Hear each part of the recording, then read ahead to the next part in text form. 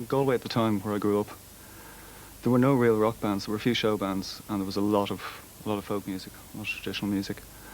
And most people I knew, rather than buying guitars, like bought bouzouki and things like that, which I wasn't into, and it looked far too difficult anyway. And it was kind of strange because I was into like T-Rex, Slade, Bowie, things like that.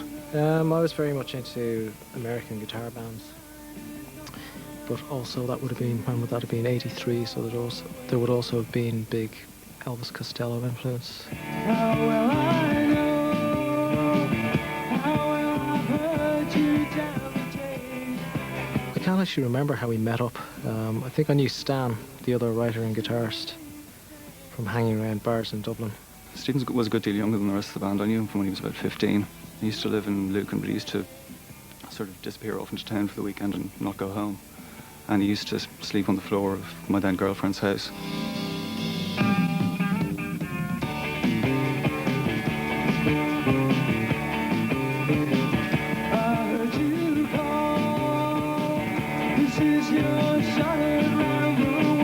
I had absolutely no practical idea about, being a, if you like, professional musician, what the practicalities of it were.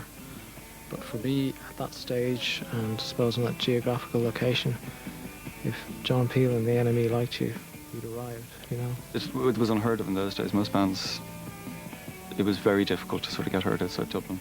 People sort of planned for years, to go and play their debut gig in London and things like that. Sort of, there were stories in hot press about people, photo shoots at the airport and things like that if a band ever went abroad.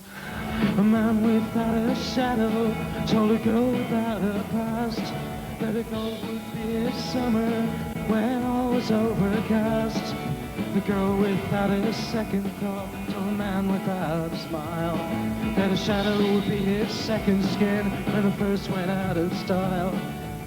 I worked hard on it. I mean, it took sort of 3 months from start to finish, which is a very long time. But I was very pleased when it was finished.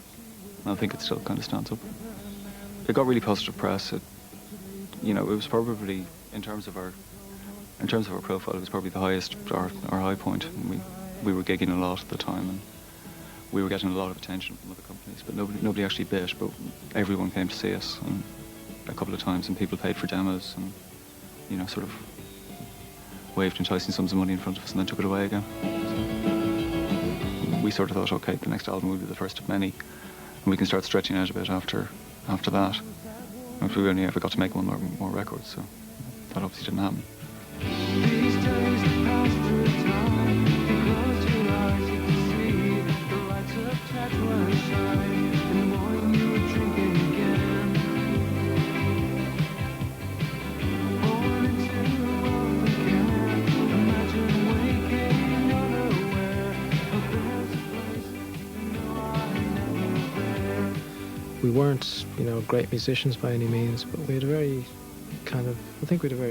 individual slant on our writing, certainly on our performing. We realised we'd slipped a lot down the pecking order in a record company. You kind of know these things just from, it used to be you'd ring somebody and they'd ring back in 5 minutes, and then when it became 5 weeks, you sort of knew that, you weren't at the top of anyone's agenda anymore.